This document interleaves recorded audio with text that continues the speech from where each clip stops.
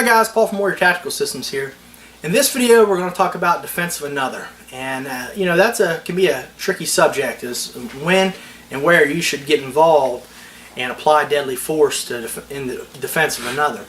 So one of the stories that I tell my concealed carry class, I should say a scenario that I made up for my concealed carry class, help them understand this, is I tell them they're, say, in a parking lot and they hear gunfire. Okay, they look over, they see two people running.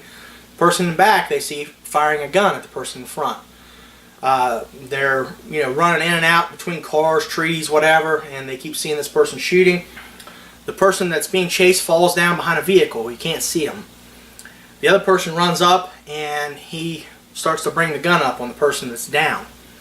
And I tell them, imagine you have your gun out and you could take action if you needed to. You're in range and everything to do what you need to do. And a lot of people will just yell, yeah, shoot him, he's chasing somebody down and killing him. And the thing is we don't know that whole situation. We don't know how that started. We don't know who's involved. We don't know enough information to really make a good decision. In my scenario, I tell people, okay, the guy in back who you saw shooting was an undercover police officer. He's chasing this criminal, murderer, or whoever. And what you didn't see while they were running in between all that stuff is the guy who was being chased was also firing back over his shoulder. When he fell down behind that vehicle, he spun around and was bringing a gun up on the officer. And the officer was bringing his gun up to, use deadly force in a justified way to protect his own life. If you shot him while he was standing there, then you just killed a undercover police officer that was acting in a justified way and in a line of duty. So, that gives you an idea of why you don't want to get involved in things that you don't know what's going on. So, defense of another, we have to prove the same things that we prove in self-defense, but for that other person. So we have to, in Ohio, we have to prove that the defendant's not at fault. We have to prove that they didn't have a duty to retreat, and we have to prove that they had a reasonable and honest belief of danger. Okay, so the not at fault. If we don't know the situation, how do we know who's at fault? If we come in the middle of it. Okay, if you have a friend that's you walk in and a guy's about to shoot him with a gun, and you shoot that guy, and you don't know the whole situation, you have to be very careful. You make sure you understand who that friend is, what he's like, what he's about, and, because you're betting your life on this.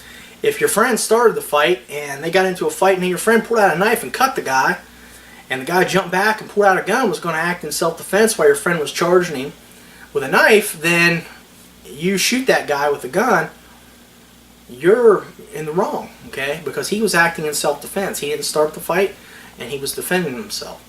So you have to be very careful not knowing who's at fault.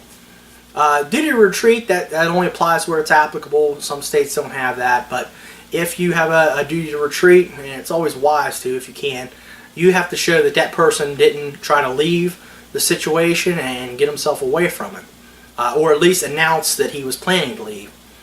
The reasonable and honest belief of danger, that just has to show that the ability, opportunity, and jeopardy were there, and we'll discuss those in another video.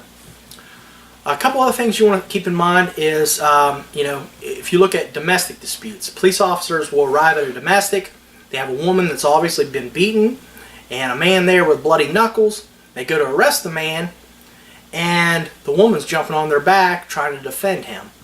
So, you have to be aware of that sort of thing. You may get involved in a situation and find the person that you were trying to protect testifying against you. Now, I'm not saying not to get involved. I'm not saying to watch a soccer mom get kicked to death by thugs in the street, but you just have to be aware of who you're dealing with. And a lot of times, getting a video camera on your phone up and running and telling them, hey, I'm calling the cops, I'm videoing you, that might be your best bet in a lot of situations rather than applying deadly force. Now, if you can apply other levels of force, you have those skills and knowledge, that's dependent on the situation, but realize it could always escalate. Another factor is innocent bystanders. We did a video called Blood Lessons where we talked about an off-duty police officer using deadly force and the bad guy's bullet hit someone. That can happen, and that's part of the entire situation. You got to look at, is it worth it based on what is going on. And again, that's an individual decision. One area that, if you have the skills and abilities and the will to use deadly force, that you should get involved in is that active shooter situation. Now again, not always, not for everyone, but this person's going around murdering multiple people. If you are armed and you have those skills and abilities, by all means, get involved in that, and don't don't yell at them or give them any warnings. You just shoot them as soon as humanly possible. Obviously, you have to deal with law enforcement seeing you as the shooter and all those other factors, and again, that could be an entirely separate video. But that is one situation where I would recommend that you get involved in that defense of another. So again, it's a tricky subject, and you really have to look at all those factors and proving that this person was acting in good faith when you use deadly force to protect them. So some things to think about. Stay safe, guys.